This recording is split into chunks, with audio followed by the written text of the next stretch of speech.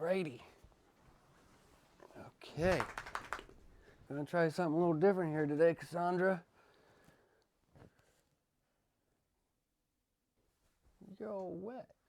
Is it raining out there? How's everyone doing today? I hope you're doing well. We're not doing bad. This is Cassandra's birthday weekend, so first of all, it's TGIF today. And then Sunday is the big day. You're going to be the big 5 years. Yes, you are. You're going to be the big 5 years. You're so excited, I know. We're going to start celebrating tonight. I'm not sure where we're going to go or what we're going to do, but we're going to have a good time. You're going to have fun, okay? You're going to make a lot of friends. You're going to spread a lot of love. Game of Thrones, History and Lore, Season 1. I'm already 2 episodes in on the 2nd season, so that's all I have to say. I don't know anything about this. I guess it's some kind of documentary. I didn't know where to find it at first, so that's why I'm getting a late start on it. Come on, lay down. Did my taxes yesterday. That was fun. It's always nice when you don't owe as much as you think you will. I can hear the wind chimes outside. Hopefully you all can't hear that. I usually wait until last minute to do my taxes, but there's been a couple times where I got it done early, and I really like that feeling. So because of that feeling, it encouraged me to get it done early this year, and boy, does it feel great, and I'm glad I did it. So if you're putting it off,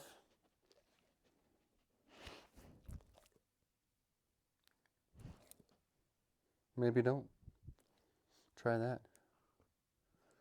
Mr. Procrastinator, that's my real name, actually. The Children of the Forest, The First Men, and the Andals. Andals by Bran Stark. What does that mean, by Bran Stark? Is this something that Bran Stark wrote? Good girl. Good girl. You a good girl? You the birthday girl? Yeah, you the birthday girl? Actually, I should go get your birthday girl. Since this is your birthday video. I'll be right back. Stay. Because she's the birthday girl. Yay, she's the birthday girl.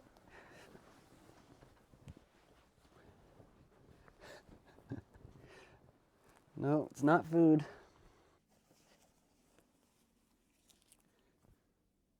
When she turned one of our friends in LA who absolutely adored her, she was really good friends with this individual and his partner. They also had a couple dogs themselves, but she got a birthday box for her first birthday, and it was full of all kinds of gifts and goodies. This was a part of that box. I have some old pictures of it. You want to wear that so everybody knows it's your birthday? It's not your birthday just yet. Got a couple more days, but it's your birthday weekend. Okay. All right. Okay. Some people said I should watch this, and some people said it doesn't really matter. I'm kind of curious. There's things that I missed, and maybe it'll help clarify some specifics. In the dawn age of Westeros, before the coming of man and the raising of castles and cities, there were only the children of the forest. I recognize that voice. She gave her maidenhead to him, committing herself to a mortal life. Enraged, her parents called upon the winds and waters, destroying... I really like the illustrations. There are countless other tales from the Age of Heroes, too many to count. These histories weren't recorded in a book, but passed down from generation to generation through story and song. And while some of them may be dismissed as fairy tales, every one of the 7 kingdoms is defined by them. I wonder during George's writing process if he actually drew out this world building so he could see what was going on. In time, the Valyrians were able to tame the beasts, harnessing their immense power. Which book did they read this out of? Is this one of the first books in the series? Wielding these weapons astride their dragons, the Valyrians conquered the surrounding lands and slowly expanded west. Every dragon was thought to be lost, as were the Valyrians' spells, knowledge, and recorded history. Thus, the mighty empire collapsed. What caused this cataclysm? No one knows for certain. Some say it was a volcanic eruption. Others say the Valyrians... Night gathers, and now my watch begins. It shall not end until my death. I shall take no wife. Hold no... When you read the book, does it read in a first-person perspective like this? The White Walkers emerged from the far north. With their armies of the dead, they waged war against the living. This is what he was donating the baby to, the White Walkers. I didn't see the blue eyes in that White Walker when it picked up the baby until I was starting to edit it in the second episode of the second season. To prevent another invasion, the first men erected the Wall, a massive fortification 700 feet in height. Wow, 700 feet. It was a structure unlike any ever built. Some maintain it could only have been completed with the aid of giants, or using the powerful magic of the ancient children of the forest. Upon taking his vows, a brother of the Night's Watch serves for life. The punishment for desertion is death. If they catch you. The Night's Watch is a diverse group. Proud volunteers from noble houses stand side by side with petty thieves conscripted from dungeons. Class distinctions are left behind, as are past misdeeds. A man gets what he earns on the wall. And even the lowliest gutter snipe. That's why he volunteers, to get what he earns. Rank in what? Guarding the wall? Barbarian tribes that dwell beyond the wall, known as wildlings, have been a menace to the North and its people for generations. Was it a wildling that grabbed the baby? In the Seven Kingdoms of Westeros, the dominant religion is the faith of the Seven. But there are some who still keep to the old way. Kings Loren Lannister of the Rock and Mern Gardner of the Reach, they commanded a united force of 600 banners, 5,000 mounted knights and 50,000 men-at-arms. Aegon's host was vastly outnumbered, and when the army of the two kings I can't charged... imagine seeing that many people standing there with swords. When Aegon unleashed all 3 of his dragons, 4,000 souls were horrendously burned alive on the battlefield, King Mern among them. The days of the Andals were numbered. One by one, their so-called kings were bending the knee or facing the wrath of Aegon Targaryen. Aegon of Old Valyria. Aegon who was blood of the dragon. A saddle on a dragon? That would be so cool. Each beast was named after the Valyrian gods of Aegon's forefathers. Visenya rode Vhagar, whose fiery breath could melt armor. Rhaenys rode Meraxes, whose jaws were big enough to swallow a horse whole. Dark as night, and wings so huge whole towns were covered in shadow when he flew overhead. This magnificent creature was ridden by Aegon himself. In the far southwest of Westeros, at the mouth of the river Honeywine. Honeywine, I like that. His badge of office is a great chain, forged from links of different metals, which he wears around his neck. I'm wondering what all those chains were. It is a reminder of his role as a servant of the realm, and is never to be removed. Oh. And each link represents the mastery of a different kind of learning. For instance, a silver link signifies mastery of the medicinal arts. A golden link represents the study of money and accounting. An iron link indicates knowledge of warcraft. Ravenry is an especially important skill for a maester. He had a lot of links in his chain. He who breeds, trains, and maintains carrier ravens for the delivering of messages throughout the land. An all-round wizard. Who have earned a link forged of Valyrian steel. This signifies knowledge of the higher mysteries, commonly known as magic.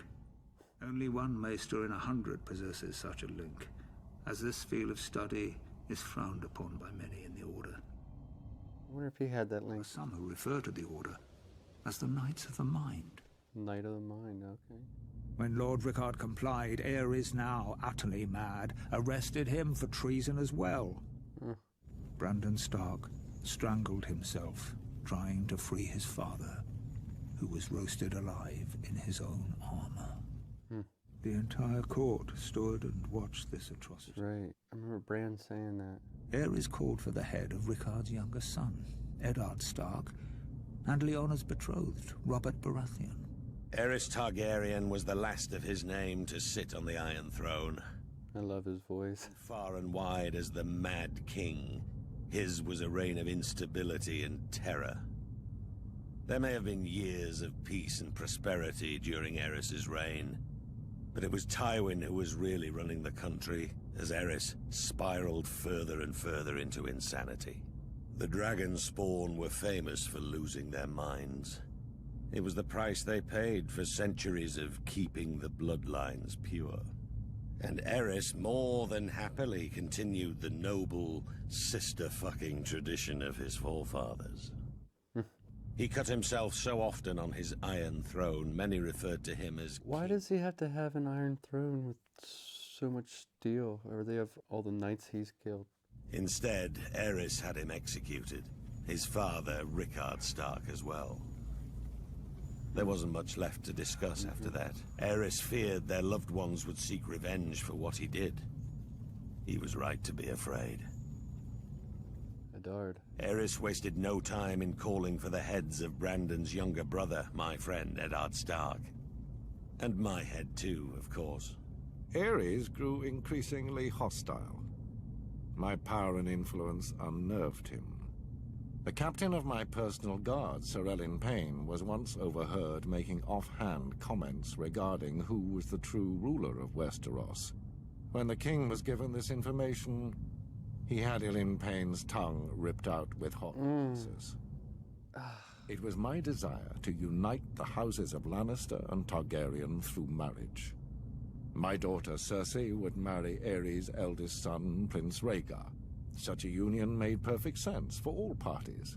However, Aerys' senses had begun to leave him quite some time earlier. What about the Kingslayer?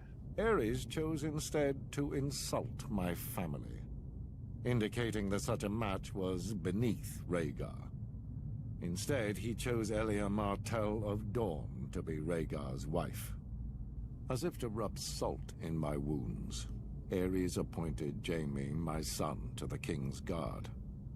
Convinced he had enemies all around him, he wouldn't allow blades in his presence, save for those of his King's Guard. Alas, that proved to be his undoing. Kingslayer. The Targaryens are blood of the dragon, descended from the nobility of ancient Valyria, a once mighty empire in the east. Literally blood of the dragon. How come Viserys melted if he's blood of the dragon? To keep the bloodlines pure, Aegon continued the custom of his Valyrian ancestors and took both of his sisters to wife.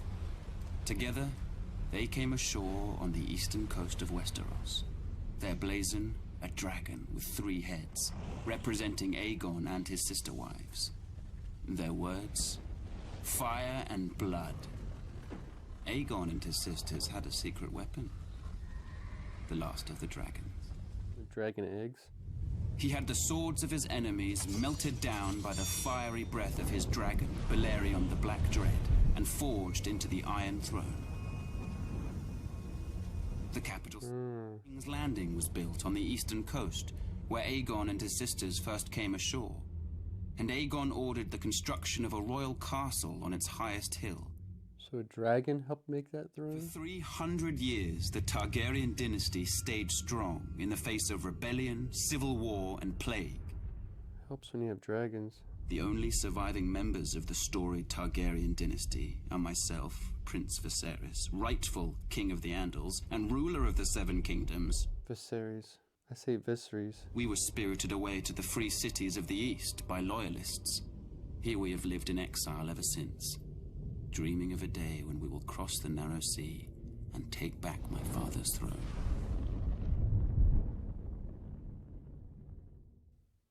It's all starting to come together now, I would say, for the most part. It's pretty deep. A lot of information to digest. Our first victory occurred at Summerhall, where I faced off against an army of dragon loyalists and won 3 battles in a single day. 3 in one day. Pretty cool helmet. Hells, that was a glorious day. I hit him so hard, the rubies on his armor broke free, flinging them into the stream. They call it the Ruby Ford now. With that scum Rhaegar dead and the royal army shattered, our next move was to make for King's Landing. The royal army was crushed at the Battle of the Trident. That helmet is badass. These are the words of the Black Stag of Baratheon. A battle cry echoed throughout the land in rebellion when I, Robert Baratheon, the first of his name, seized the Iron Throne from the Mad King Aerys Targaryen, ending a dynasty nearly 300 years old. I sit on the Iron Throne. I rule the Seven Kingdoms from the Red Keep. Disgusted, he led his force up Visenya's hill to the Red Keep. Upon entering the throne room, he found King Aerys lying in a pool of blood, dead by the hand of his own sworn king's guard, Jaime Lannister, who sat brazenly upon the throne. For our rebellion to succeed, King's Landing had to be taken forcefully. No one was foolish enough to believe that Aerys was going to hand his crown over peacefully. The Mad King's reign needed to end. What Tywin Lannister's forces did was unfortunate. Looks like Tywin. And justice to the Seven Kingdoms. My glorious victory at the Trident left me wounded, but I sent my personal maester to attend to Ser Barristan Selmy instead. His wounds were more severe. In a way, his pleas have been answered. As I had suspected, Aerys opened the city gates and welcomed my men. Should have just watched an episode. I don't know how much of a reaction this is going to be. But it was the treachery and barbarism of Tywin Lannister that sealed the fate of the Targaryen dynasty. Almost looks like the Chinese theater in Hollywood. As the capital was ravaged and its people terrorized, Jaime Lannister, son of Lord Tywin, proved every bit as treacherous. He killed my father, the king, at the foot of the Iron Throne. Tywin ordered the deaths of the rest of the royal family. It is said Princess Rhaenys was found cowering under her father's bed and put to the sword. She was only a child. As for Rhaegar's widow, Elia, she was forced to watch as Lannister thugs dashed her baby son's head against a wall before being raped and murdered herself. My sister, Daenerys, was born. My mother, the Queen, died giving birth. Just like Cersei's mom. I will take back my father's throne with blood and fire, and I will punish the treacherous dogs who sought to destroy my family, and the people shall rejoice. Or you'll just melt in gold. In the snow-capped mountains of the moon, standing high above the rich lands of the Vale, stands the Eyrie, a storied and impregnable fortress said to have been built by the legendary Mountain Kings in the Age of Heroes. Oh, is this where her sister... It is the stronghold of House Arryn. Is this where her sister lived? One of the oldest noble families in Westeros. Landing on the peak of the highest mountain... The artwork changed. Don't know when that happened. Upon winning the Iron Throne, Robert named Lord Jon Hand of the King, a position he held until his mysterious death. So much detail. On the far western coast of the continent, high atop a rocky promontory overlooking the Sunset Sea, sits Casterly Rock. They couldn't get Sean Bean to do a voiceover for this? Sense of a trade, culture, and the great Lannister fleet. Or does he do the next one? Making it the richest region in all of Westeros. History tells us that Aegon unleashed all 3 of his dragons, slaughtering 4,000 men at what came to be known as the Field of Fire. Are they the 3 dragons where Daenerys got the eggs from? Legend has it he enlisted the aid of giants and the powerful magic of the Children of the Forest to raise the mighty wall, which has protected the realm for generations. He went on to build the ancestral seat of Winterfell and reigned as the first king in the north. How do you tell a giant what to do? The Starks take great pride in their history and traditions. A sacred weirwood tree looms large in Winterfell's Godswood. Weirwood? Much like their sigil, the Grey Direwolf, House Stark is the stuff of legend in the north and throughout the 7 kingdoms. And their family words, winter is coming, serve as a reminder of their beginnings in the wake of the long night, and a grim portent of things to come. Okay. Oh, okay, so the next one they use different different voiceover artists. Well, yeah, that's a lot of information there that I don't know if I grasped it all the first time, but yeah, that's a lot of information there, all kinds of detail. Like I was saying earlier, I'm curious what Martin's process was when he did all the world building, if he actually had to draw it out so that he could visualize all the realms and characters. Kind of want to just pick his brain.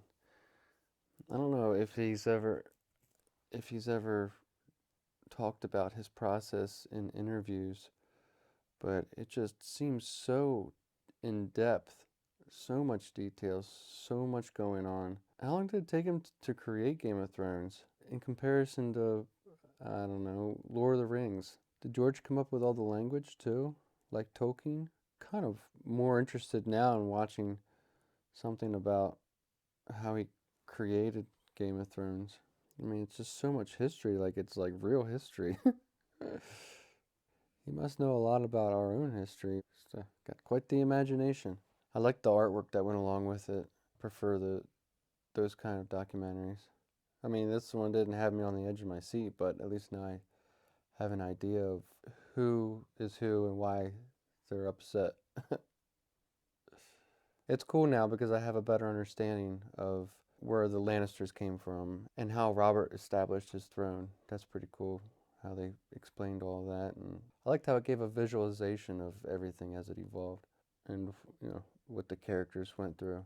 I'm kind of curious if the show will continue in a linear fashion or if it'll do flashbacks of any sort.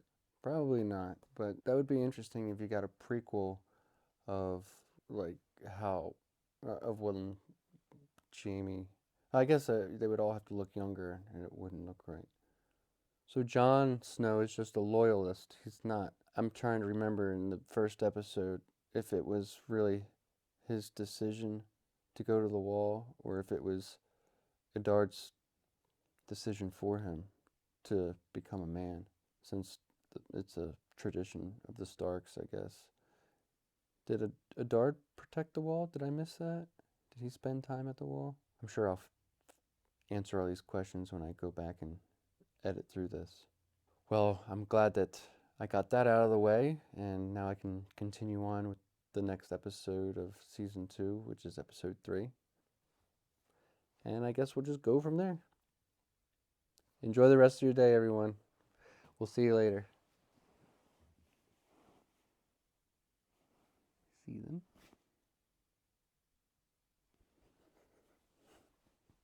All right. Alrighty.